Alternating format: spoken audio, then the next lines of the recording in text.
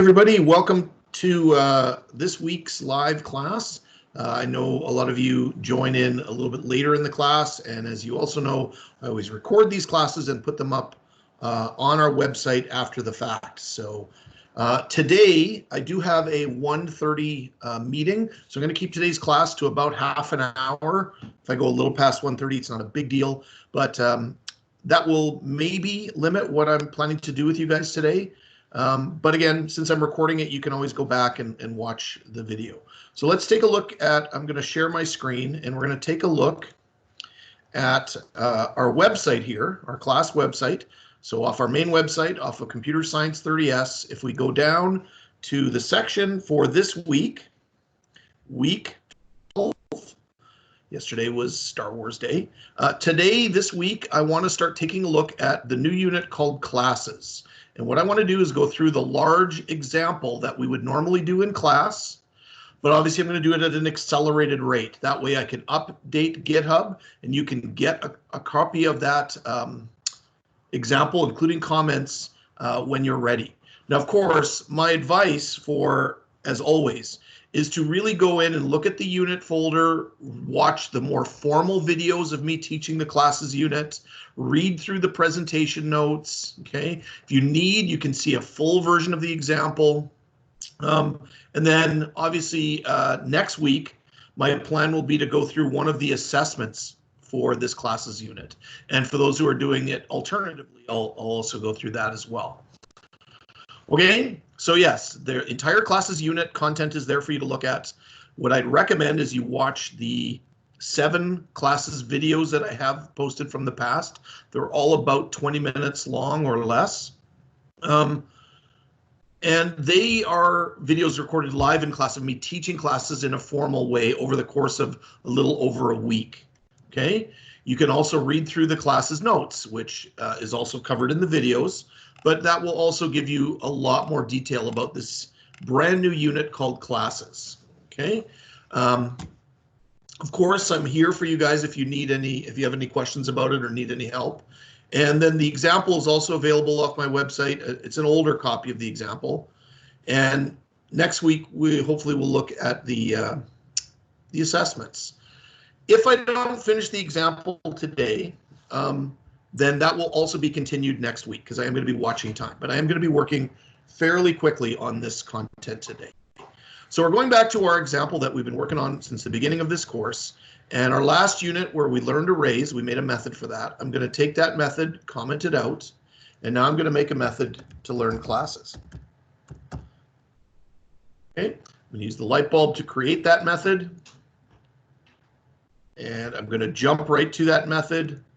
And we're going to get started with it. Okay, so of course, as always, I'm just going to start with something simple, just a new line that we're going to start learning classes. New line, and then by the end of this method, learning classes will be complete. At this point, I'm just going to run that, and that should be the only thing that runs at this point because I commented out the other method on learning arrays, and we had previously commented out the methods on learning methods and the introduction to Java programming methods from all the way back in those first units before school closure. There we go. Start learning classes and learning classes complete is the only outputs we're having right now. Okay. So here's where things get different for this unit. What we're going to do is over here in the project area, we've always just been working on one Java file, but starting in the classes unit, this is now where we're going to add more classes or more Java files to our project. Now, there's a number of ways you can do that. You can just go up here to File and say New File, and it'll add it to your project. There's also a button right here on the toolbar that does the same thing. But the way I'm actually going to do it is I'm going to right-click on the project and then go New Java Class.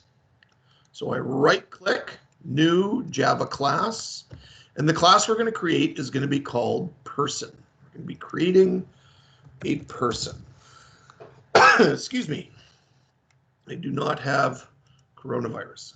I just ate peanuts and they're stuck in my throat. All right, so person using a capital P, because classes always start with a capital P, will be inserted into our project as a class. And hit finish. Now, what you guys will get will not have quite all the code I have, so I'm just going to make it look like what you get. Again, you would probably not have the comment, but what you would have is this, something that says public class person, and then some curly brackets defining a block where we define what a person is. Okay. So if you watch the videos where I teach this formally, and if you read through the notes, which you absolutely should, excuse me again, on classes, you will see about where it talks about classes is a collection of properties and methods. So let's get started on this example. We're going to start with a public string called name for this person, a private integer for the age of this person, a public Boolean, okay, for the gender, which we're going to call is male. Is this person a male? True or false? And then finally, another one, and this one, private, a Boolean is alive. Okay. When I go through this formally, I don't actually put this word on the front of these right away. So I'm actually going to remove those and just stick with these four variables just as is. A string for the name, an int for the age, a Boolean, and a Boolean for these is male and is it alive. These properties are basically some variables or data that this class stores. Okay, then what we're going to do is we're going to add a method to this class. The method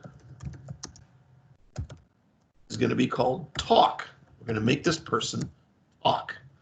So again, I'm going to remove that word. This is what the method returns. It has no parameters. It has curly brackets to define where it begins and ends. And all I'm going to do is do a system.out. And I'm just going to spit out their name, then the word is, down the line, and then their age. Super simple, okay? So their name is, and then their age. So this is how a person is going to be defined in that simple, simple way. Now we're going to go back to our other class, the original class where our project is, and our method called learn classes, and we're going to make a person object. Person equals new person. This is the line of code that instantiates the class into an object. So this is the name of the class, this is the name of the object, and then it builds up a brand new person. That person dot can talk. That person dot can be assigned a name.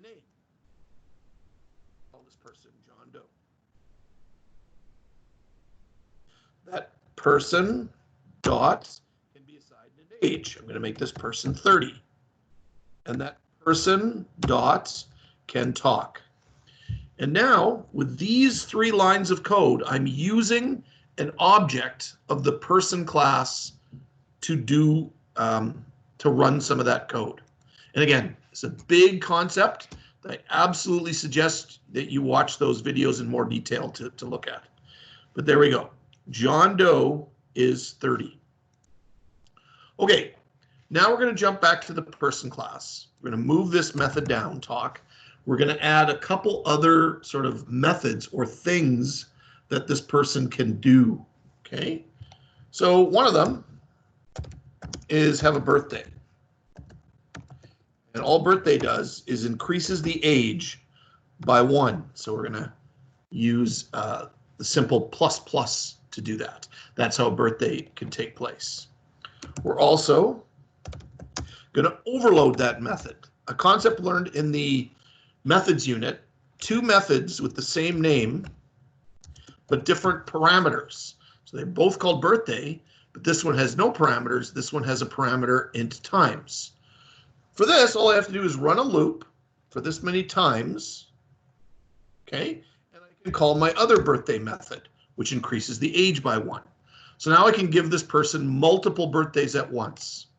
Could easily test that back here by saying, hey, person, here, have a birthday. And then person, talk. And they were originally 30, so after their birthday when they talk, they should be 31. And we'll quickly test that. And that's true. And I can also test my other method and give them 10 birthdays at once. So they went from 30 plus another 10 birthdays. So after they talk the next time, they're now going to be 40. Okay, so that was our birthday method. We're also going to make a method, okay, a void method called identify. And we'll use a little logic in this. If this person is a male, okay, then we will output that they are a male with a space. Otherwise, female with a space. Okay? So it's a very simple if statement. If they're male, we'll do that. If they're female, we'll do this. We're also going to change print line to just a print method so it doesn't put a line break there. And we're going to add it to our talk method. So before they talk, we're going to have them identify. And then they'll output their name and their age. So the name and age will come out after they identify. Let's see how that goes. And sure enough, female John Doe, female John Doe. If I wanted to change that, I could go in here and say person dot is male equals true. So now they are a male 30, and then they talk. So then that would adjust that property of the class, and therefore adjust the way the talk method works to make them both, to make them male. Okay, so there are 4 methods: talk, birthday, birthday, identify, and 4 properties for this class as well. Okay, I'm going to add one more method, a little bit of a grim method, but here we go. Void a die method. Okay, for this person to die is alive will become false. Okay, so they will no longer be alive. I am similarly then going to write a void born method. What happens when a person is born? Well, is alive is true. Okay, the age person is 0 at birth. Is male. I'm going to make false, and their name is going to be Jane Doe. So if a person is born, we will set these 4 properties by default to be those things. What we're now going to do is make a second person object. Person, the other person, new person, and other will now talk. And I'll run that. So now we have 2 person objects. The first person object is called person. The second person object is called other. And it's a female. Null is 0. Null, let me just go back and check. Oh, I know why, because I never gave birth to that person. So other will be born. And other will talk. So other will be born, and then other will talk. And there we go. The female Jane Doe is 0 years old. Okay, so I'm calling methods from within the class for each instance of that class. Okay, whether it's talk, born, die, birthday, identify. All of this is covered in the notes, right? So as you read about what a class is and what the difference between a class and an object, and there's a lot of detail there that you really need to read through or watch the video if you don't feel like reading.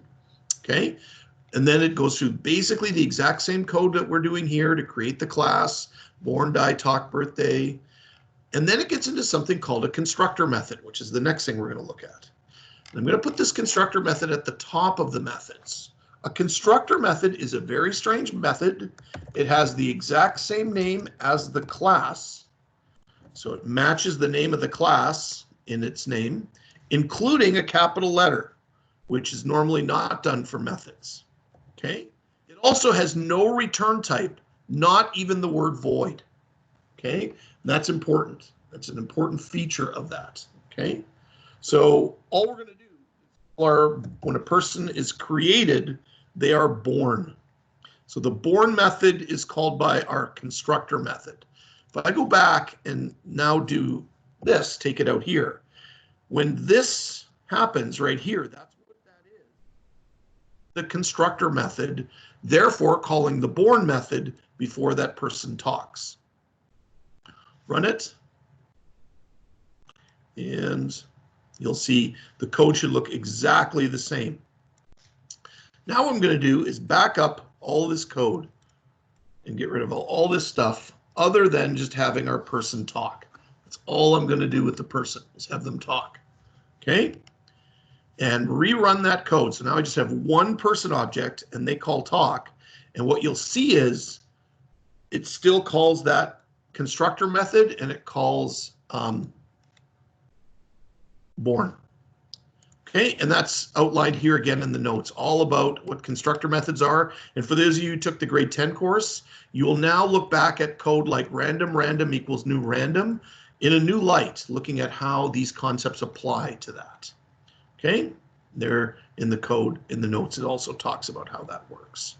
Okay, and then what we're going to do is we're going to overload the constructor method by making a second constructor that uses a name, or we'll say the name, as a parameter. So now what I'm going to do is this person will be born, and then their name will equal the name. So now we have a second person object constructor, and we're going to use it by creating now a second person again.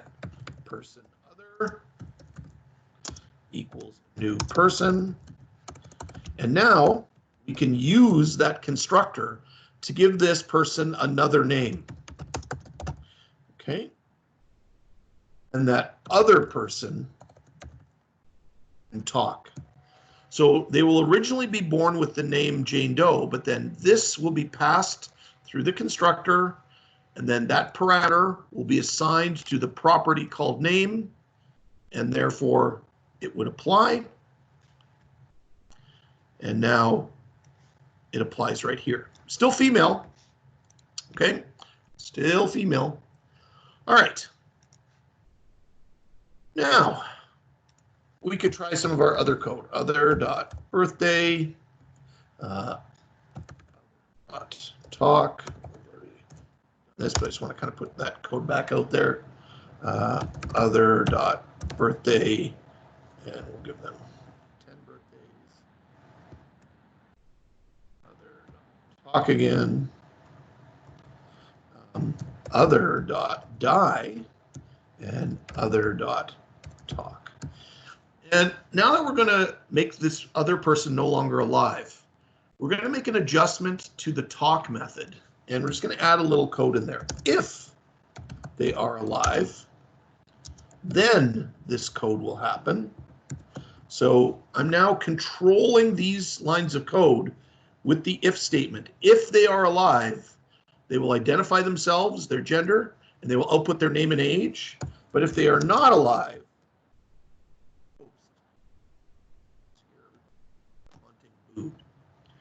okay, and now I'm going to run that code. And you'll see that the birthday applies, the 10 birthdays apply, and then we killed the other person, and now they speak as a ghost. Okay, so all those methods are starting to come around, and that's also covered in the notes. But now I'm going to do one other thing with this. I'm going to make a third person constructor. So we already had two constructors. Now we're going to do a third constructor. And this one is an interesting one. This one is covered in the notes and in the video in a lot of detail as to the different ways that you could do this using a special keyword for this one. So, all right. So string name, int age, and Boolean is male. So I'm actually passing 3 parameters this time. And what I'm going to do with this is I'm going to say this dot name equals name. Otherwise, we'd have a conflict. Name here and name here use the same spelling. So I need to distinguish between them. So when I just say name, I'm talking about the parameter. When I say this dot name, I'm talking about the property of the class. Similarly, I'm going to do that with age and is male. Okay. As far as is alive, I don't really need to say this because there's only one is alive, and I'm going to set it to be true. That way I don't have to call the born method. I could, but I've already taken care of all 4 of these properties. They're already assigned. And now we're going to make one more person. We've already made person, so let's make another person. Object. We'll just call it third.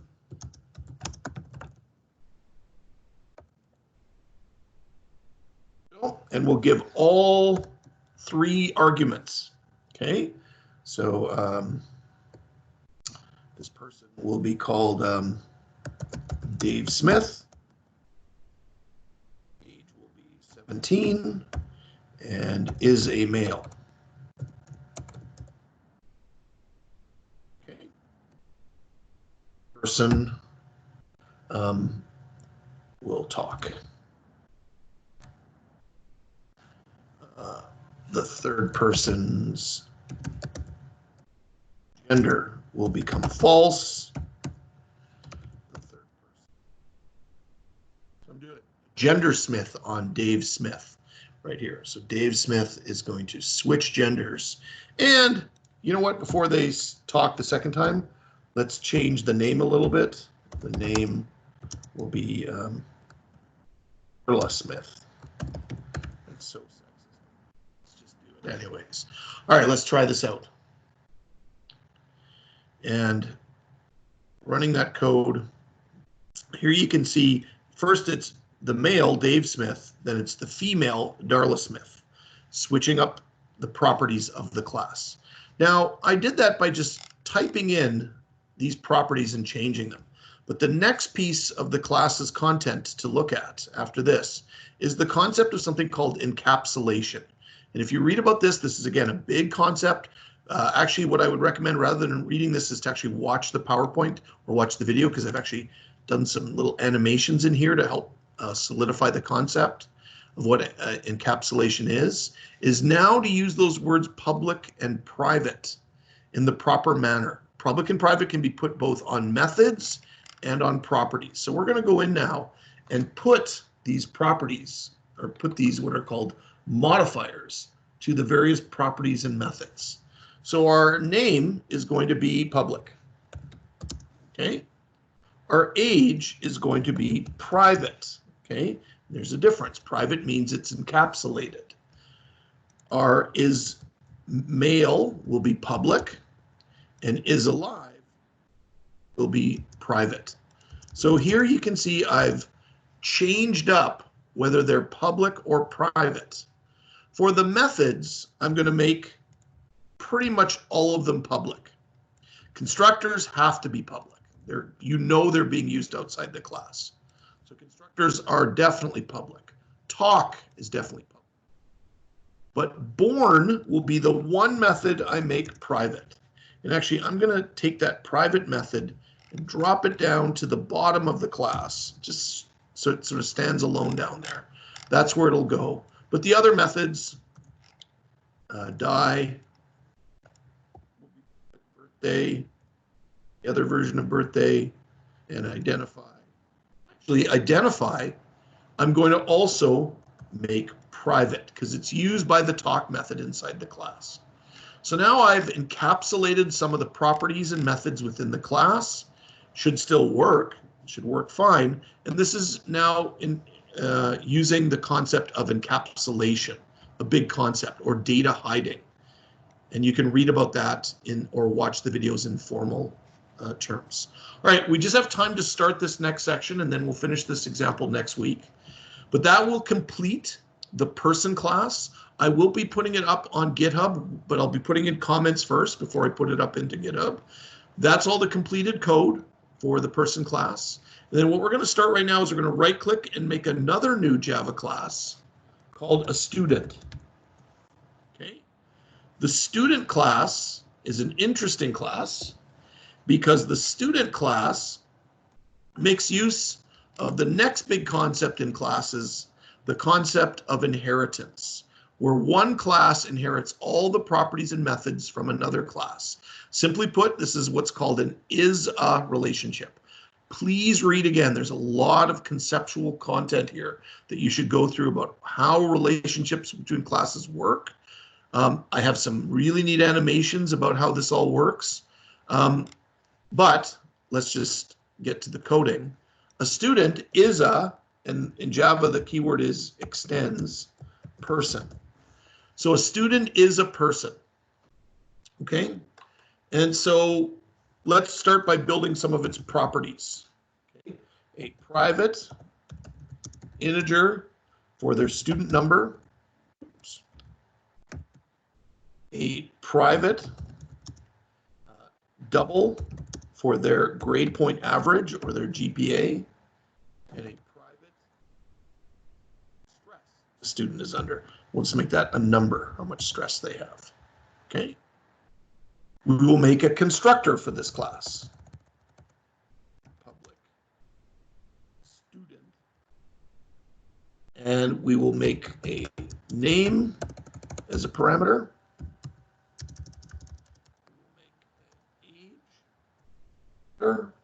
We will make a gender as a parameter, and a fourth parameter, their student number. Because the student is a person, we can call upon the constructor method of the person class by passing it the keyword super, and then here's the, okay, but actually what we'll do here is just say super dot name equals name, super is male equals is male. We can't change age because age is private, and it would tell you that if you were to try to assign it the age this way. It would tell you that age is in fact private and has private access, which is what making it private means. But what I can do is call upon the birthday method and have it give it that many birthdays. So I can change the age through the method. And then this dot student number equals our number. Okay. And we're going to stop there. Okay. Because again, that's a lot of concepts to take in here with this. You want to read through this and get a feel for what's going on here. We're going to be building some other methods in the student class. You can see them right here. Okay. And then we're going to be going from there next week. So that's all we really have time for today. It was a lot to take in today for that. But thanks for joining in, everybody. And sorry it's a short class today. For those of you who weren't here at the beginning, I actually have Mr. Pelche called a 1:30 meeting for all the teachers. So I'm going to have to jump off here for now. But again, just real quick, just to show you where you should be at. If you look at where our 30S is here by week 12 or May the 4th to the 8th, would be a good time to be starting the classes unit. If you're still working on the arrays unit, you certainly can. Remember, it's not really going to have a big effect on your mark. Your marks are already locked in, but I want to see you guys continue your learning. So try to grasp the concept of arrays. Last week, I went through and did 2 arrays assessments, so you can go through those. And now this week is just a start on the classes unit. So just maybe watch a video on classes and watching this online thing to get started on the example. Next week, we'll continue that. We'll continue the example, and hopefully we'll have time to go through one of the class's assessments as well. And then by week 14, it'll be time to start looking at something cool like graphics, which even if we were in school, graphics is not something that I count for marks in the course, but it's really cool moving forward towards your final project. All right, everybody, I'm going to sign off for today. Sorry, I don't have time for any questions today. Thanks for those of you that signed on. Shorter little video, just a quick half-hour class today. And I'll see you guys next week. This video will be posted on our website shortly. Bye, everybody.